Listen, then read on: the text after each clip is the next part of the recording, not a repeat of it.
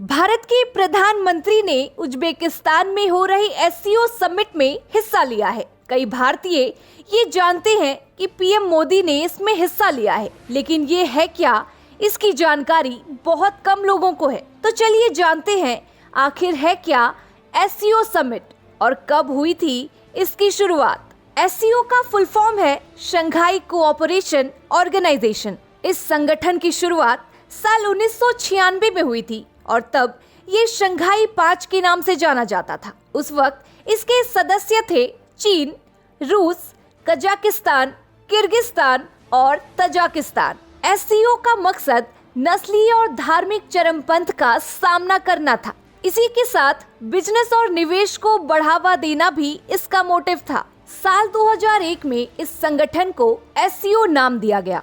संगठन के पीछे की सोच ये थी कि सेंट्रल एशिया के ऐसे देश जो नए नए आजाद हुए थे और जिनकी सीमा रूस और चीन के साथ लगती थी, उस सीमा पर तनाव को कैसे रोका जाए और कैसे सीमाओं का सुधार और उसका निर्धारण किया जाए। आपको बता दें कि ये मकसद इस संगठन के बनने के 3 साल के अंदर ही हासिल कर लिया गया था। इसके बाद इस संगठन का फोकस एनर्जी सप्लाई और आतंकवाद को खत्म करने की ओर शिफ्ट हो गया। इसे यूरेशियन पॉलिटिकल इकोनॉमी और मिलिट्री ऑर्गेनाइजेशन समझा जाता है, क्योंकि इसमें यूरोप और एशिया दोनों ही तरफ के देश शामिल हैं। यही नहीं, एससीओ को एक तरह से अमेरिका के संगठन नाटो के दबाव को कम करने वाला संगठन भी माना जाता है। संगठन की क्या अहमियत है, आप इसी बात से पता लगा सकते हैं कि फिलहाल इस संगठन में जितने देश शामिल हैं, उनकी कुल आबादी दुनिया की 40% है। साल 2001 में जब इस संगठन को एससीओ नाम दिया गया था,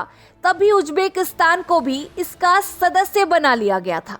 वहीं साल 2005 में भारत और पाकिस्तान दोनों देशों को इस संगठन में ऑब्जर्वर के तौर पर शामिल किया गया था और फिर 12 साल बाद यानी साल 2017 में दोनों देशों को परमानेंट मेंबर के तौर पर संगठन का हिस्सा बनाया गया था।